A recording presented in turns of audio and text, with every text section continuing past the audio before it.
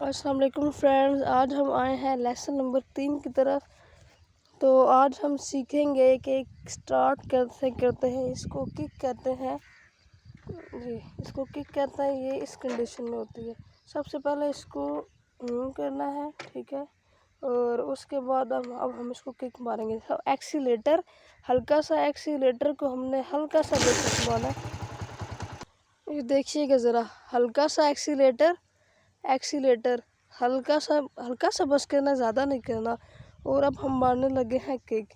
یہ کک مارتے ہوئے دیکھیے گا، یہ بالکل نیچے تک جانا چاہیے، اور پھر اور کک مارنے کے بعد اس کی پوزیشن یوں ہونی چاہیے، ٹھیک ہے۔ یہ ہے لیسن نمبر 3۔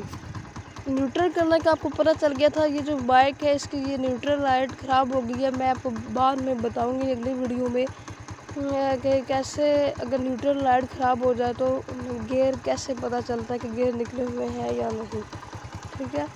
انشاءاللہ اگلی ویڈیو میں ہم جلدی حاضر ہوں گے۔ یہ میرے پاس ایک نیو اسٹوڈنٹ آیا ہے، اس پہ میں کافی دنوں سے محنت کر رہی تھی، تو میں نے کہا چلے یہ ہے کہ اس کا پتہ چل جائے گا کہ اس کو کتنی آگے یہ آپ لوگوں کو بھی دکھاؤں گی۔